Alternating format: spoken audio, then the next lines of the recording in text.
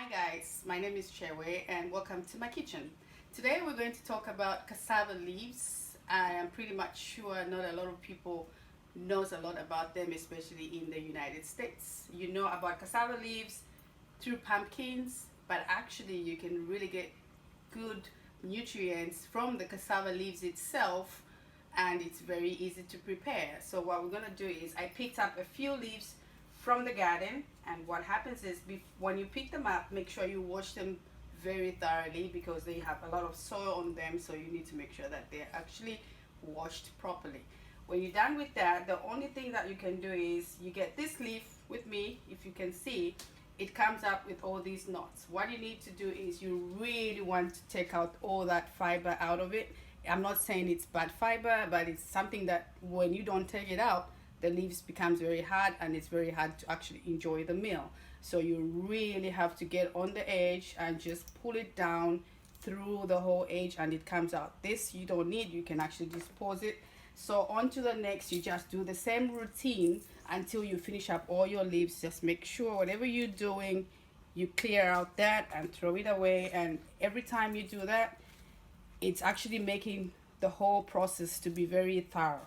So after you're done with that, you're going to again wash it back up. It really gathers some soil around it, so you don't really want to taste that when you're eating it.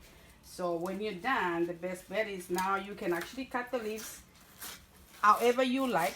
I like them smaller, so when you cut them up, make sure you cut all of it until you get to the edge. And as you can see, I actually have a full basket of it already done, prepared for you guys. So this is ready. What else you need to do is you need to have onions ready, tomatoes ready, and this is the ground nuts. When I say peanuts, we're talking about the regular peanuts. Just put them in the grinder and grind them, and then they form a powder, because this you're going to use it when cooking the pumpkin leaves. You can have two recipes of it. You can use the pumpkin with the peanuts, or the pumpkin with olive oil and just a bit of tomatoes and onions, as natural as possible if you like it that way. It prefers on how you want to actually have it. So from now, we're going to actually prepare the dish. Okay, so now we're going to prepare the pumpkin leaves. So as you can see, I have two pots over here because I'm trying to prepare two recipes of this whole big bowl of pumpkin leaves. So you put water and put it on the stove, let it boil, add some salt to each of them. And as you can see, my water is boiling now, so I'm just going to split it and put my first batch into this pot over here. I'm going to put the other batch into the next pot. So what I'm preparing here is the first pot will have tomatoes and onions and oil.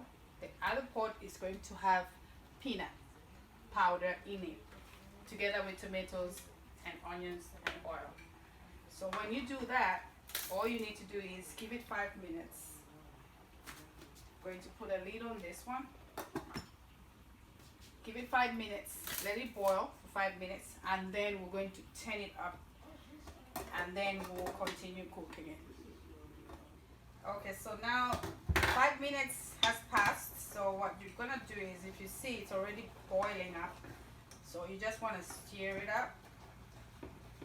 Just do a nice good stir. So what I'm going to do is I'm going to start with the one with tomatoes and onions. So I already prepared my tomatoes and onions. So all you need to do, it's a very simple dish, but very healthy. Just put in the onions in there, and a bit of tomatoes.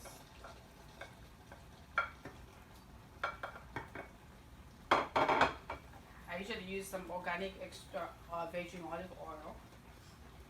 Put a little dash in there. You already put salt in the beginning, so there's no need for you to actually add more salt because you already put salt in the beginning. So what's going to happen is you're going to, stir it up and cover it up and let it cook for another 5 minutes. So you just want to make sure the tomatoes and the onions are actually cooked thoroughly, and then the dish will actually be ready in 10 minutes.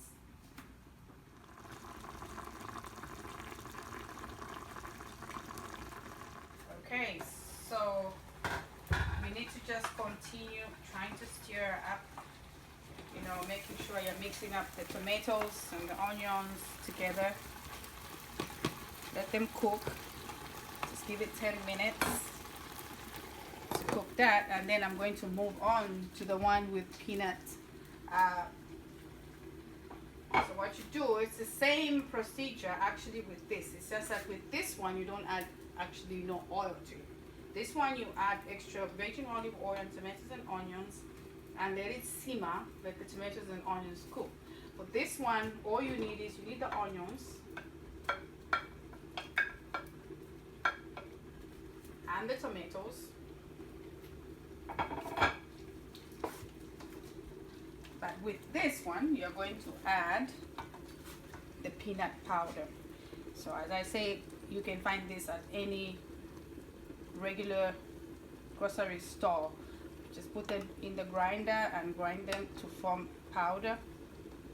So you don't really have to measure, but you can actually, when you mix it up, you can actually tell that it's mixed with the vegetables. That's all that matters. It has to be mixed with the vegetables. So as I can see, I can tell that I need more peanut because the peanut needs to be more appealing in there. So if you see, I'm putting it all up together with the tomatoes and the onions because I'm going to let that cook. I'm still going to add up a little bit more. Yeah, you see now it's consistent, so you can see that that's the right way I want it to be. So we're going to put this simmer for another 10-15 minutes so that the peanuts, the onions and the tomatoes, they can all mix well together. But this you have to keep coming back every 2-5 minutes. You need to come back and stir it up because the peanut can stick on the pot. You don't want it to stick, so you make sure every 5 minutes you come back and stir it up. Okay, so as you can see, this has been cooking for 10 minutes. The other thing I have to mention is you can put baking soda in it, like a quarter of a teaspoon, or you don't. It depends on, if you don't like baking soda, you don't really have to do it, but I like it with some baking soda. So I'm just gonna grab it. Really, it doesn't have to be a lot because you don't want to overpower the taste. You just want a little bit of it, just a little bit of that in there, and stir. So now this is almost ready. So I'm just going to give it another 5 minutes and this will be ready. Okay, so now we have the finished product. So this is the pumpkin with peanuts and this is the pumpkin with tomatoes and onions and olive oil mixed up together.